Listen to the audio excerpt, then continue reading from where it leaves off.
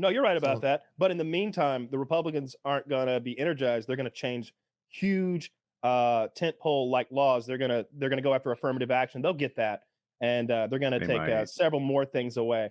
And it won't be like, yeah, we're getting energized 2, 4, 6, 8, 12 years from now. We're codifying a thing that'll get your bee and be in your bonnet. In the meantime, laws are changing. The more these outrageous ways of life are altered. The more these outrageous Supreme Court decisions are dropped that are wildly out of step with American approval disapproval ratings, is the more ammunition you're giving to people like AOC and whoever that say we should expand the court. Hutch, pause on that idea. We're all the center of our own universe. To me, getting rid of affirmative action is popular, not unpopular. How do you see it? I don't think that's true. You think affirmative action's popular? I'd have to look it up. I suspect that where you are in LA, it's like everyone thinks this is a good idea. And where I am in Raleigh, no one thinks it's a good idea. And I'm not sure who's right. I think when I hear affirmative action, the word cocksucker immediately follows it in my mind. That affirmative action cocksucker. Sopranos, yeah. Oh no, I think you might be right about that. I'm right. Yeah. Okay. Yeah. Well, no, if there's one thing like I want people to give me credit for is I don't assume that everybody thinks like the people that I live in close proximity to, and I think that's a big failure of imagination that happens, especially when you're talking about people on like the far left, the people that I interact with a lot. They can't conceive of like, well, actually, if you actually got rid of all student loan debt, that would actually be unpopular. Like what Biden did was actually like right on the margins of like 50%. That was like, but you don't like it? No, I think that it redistributes wealth to people who are thriving. Now, I know you might argue people with student loan debt aren't thriving, but college is still a good investment. The people who went to college have lower workplace injury rates. They have higher income. They have lower unemployment rates. They're doing fine. So we're taking money from the general population and funneling it into our most successful quadrant, college graduates. And I'm like, why? How's that fair?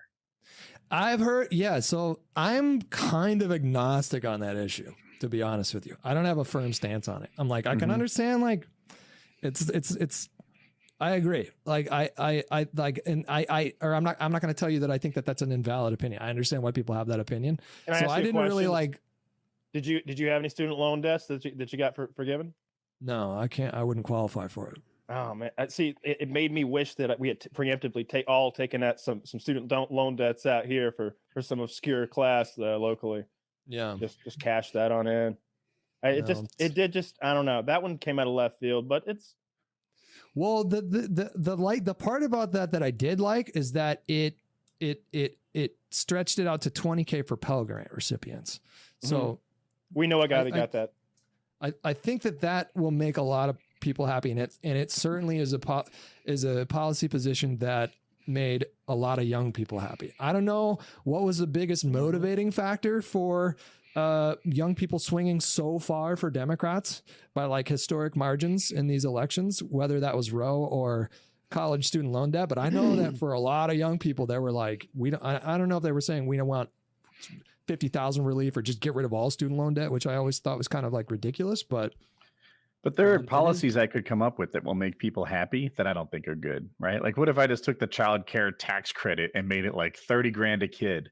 Right? They're going to get a ton of votes from parents, but it's still bad and stupid. And that would have immediate consequences on the economy that would be like experienced by everybody. I might have a few kids. I might have a few kids. You might have a few already. We don't know. But the child tax I might start claiming them. The child tax credit was an extremely popular policy. Like during the pandemic, especially, it was a lifeline. It was a lifeline for like a lot of people. Just an extra $300 a month can make a huge difference when you're living paycheck to paycheck, and there's a lot of uncertainty about jobs in the economy. And can we shift from something a little less dreary and a little more silly? I saw an interview with a homeless person. I like my YouTube shorts, as you know. I eat them like candy. And there was this homeless man in San Francisco, all tatted up, but he was like well kempt. Like it looked like he had like a name brand hoodie on, I think. And he was he was like, it's not so bad. It's not so bad here. He's like, be honest with you, they basically pay you. And they're like, pay you for what? You know, to be homeless. He's like, I could have a place. He's like, they give me $620 a month cash, $200 a month food stamps. I got my own phone. He's like, man, I got Amazon Prime. I got Netflix. I ain't got no commercials on my Netflix. What are you talking about? And this is a guy with like, he's got face tattoos like out of The Expanse. He looks like he's from The Belt. This is like a common, like, complete misconception about poverty and homelessness in this country. And it goes back to like Reagan and the welfare queens, where it's like, there's a lot of people that are convinced that homeless people have it better off than middle class families because they can just, you know, they're living the high life, when really it's like pretty fucking shitty life. Oh, I would think that it's very rare that there's guys like the Beltalauda that I'm talking about that's out there living the good life on the streets. I would say he's in the minority. I think clearly the real problem there is mental illness. And that starts with expanding abortion laws so that we can abort at any age. You know, I mean, clearly we need to round these people up and, you know, abort. That's is what it still abortion if they're 42? They're easy to catch. That's what a lot of Republicans think happened now. They think that Democrats want you to be able to have an abortion after the baby has been like, they literally get on a campaign stage. That's a Republican stance. A lot of these MAGA Republicans are like, they want you to be able to fucking kill the baby after you've given birth. And it's like, that's my frustration with the Republican platform lately, right? Like if it was, hey, I want small government, lower taxes, personal freedoms, I'd be like, okay, that's your platform. I can respect it. I agree with parts of it, not other parts. Cool. But that's not what they say. It's like transgender people make up 0.5% of the population and 80% of the Republican talking points. They're fucking anti-woke everything. All they do is miscast and talk about culture issues. Their culture warrior stuff is off the hook. And it hurt them. It hurt them this time around because they had candidates that were focusing on that instead of real issues. Except in Florida, if we're being fair. The red wave happened down south in Florida. It did. DeSantis and his ticket fucking owned the whole thing. So it's weird that it happened there and nowhere else. And it's got to be because of DeSantis and the way and his leadership that goes back to the pandemic when he was like, no, we're staying open. You had those UFC events that were like famously there when no sports are on TV. Holy shit, UFC's in Florida and nobody gives a like they're doing it. I think that he like carried that popularity on like that business forward, COVID's not so bad kind of mindset, and it works in Florida. And would you prefer DeSantis or Trump be the nominee in 2024? From what point of view? As like an American who wants us strategically. Do I get to know who my opponent is? It's Biden. It's going to be Biden. I'm not convinced it's Biden. If it's then I want Trump against Biden. 100% going to be Biden. I want Trump against Biden. So old. Not only can he run again, he should run again. After last night, he's in a stronger position than he was 3 days ago to run. He had the best midterm performance. But I don't. Biden's dropped a few. One, he hasn't like promised us he's running again that I hear. I always hear like, oh, I'm still thinking is like the translation I get. He said just yesterday, he said, my intention is to run again. Okay, I didn't hear that. He didn't confirm it, but he said, my intention is to run again. And he's also said stuff like, I think people should look at age when they're, picking their candidate. And I was like, wow, that really hurts you. Did you think that through, or are you not going to run again? Come on, I can spin that in 5 seconds. Yeah, wisdom's important. You want a man that's been around, done a thing or two. Hell, I know, and start dropping names. Remember Nancy, who I thought was alive, but Nancy.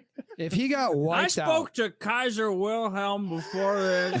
Let me tell you a little thing about the pond spam. You got Chuck Grassley serving in the Senate, who was he shouldn't be there either. He's 100. He was born before they invented like chocolate chip cookies. I saw that, and I call that fake news because there's no way that no one had come up with fucking chocolate chips in a cookie. Were they just eating raisins back then, and then some genius enlightened them? Like, so, come on, they were making chocolate chips. If the Democrats got slaughtered on Tuesday, I would say like he's probably not going to run again, or he probably shouldn't run again. But they didn't get slaughtered, and so what happened on Tuesday demonstrated that this American voting population care more about a lot of other shit than the stupid shit that comes out of Joe Biden's mouth sometimes. I think it doesn't get said enough. Trump was a bad candidate. Trump lost the popular vote to Hillary Clinton. Hillary Clinton was a god-awful candidate, maybe one of the worst in my lifetime. And I don't think Trump could beat anybody but her. But Joe Biden sat in his basement on Zoom calls, not campaigning, and beat Donald Trump. He didn't, though. He didn't.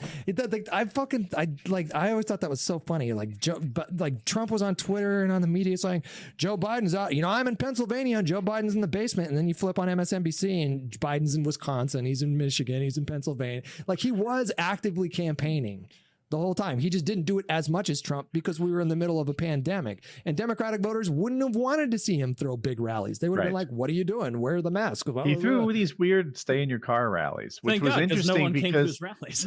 well, no one could come, but I think it worked to his advantage because especially during the pandemic, but maybe just flat out, he wasn't going to get crowds bigger than Trump's. So he never had to compete on that front by saying, we're doing a rally, you stay in your car, I'll talk to 38 of you. You got a big fucking crowd in Pennsylvania before they were trying to prop up Fetterman. Joe Biden doesn't really inspire people. Like, I don't know any Democrats who are like, that's my guy, Joe Biden, the guy who's mostly with it. Put him and Fetterman on a podcast together, and you're going to be like, whoa, Biden, jeez.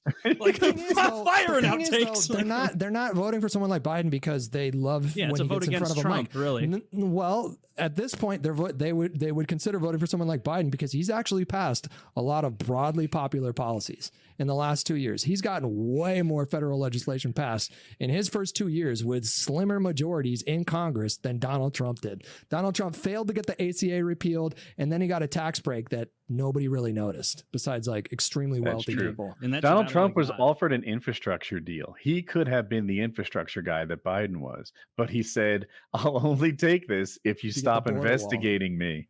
That was it. He wanted the wall too. He wanted them to drop the impeachment stuff on him. They wanted them to stop investigating him, end the Mueller report stuff. That was years into his presidency, though. I mean, the infrastructure thing was proposed really early on. Well, I'm going to check that out. I'm pretty sure I'm right. I'll fact check myself. He was, remember Infrastructure Week? It was like this every week. Infrastructure Week started, and then it was like the shit went down with his former NSA, Michael Flynn. And then it was just controversy after controversy after controversy after controversy for like 4 months. And so, yeah, he was pursuing an infrastructure deal. Bannon was talking about spending like $1 trillion on infrastructure when he was a part of that administration, and he just couldn't get it done. And then Nancy took over, and you're right that he did want them to stop the impeachment stuff. But I mean, that was obviously never going to happen. It's just ridiculous.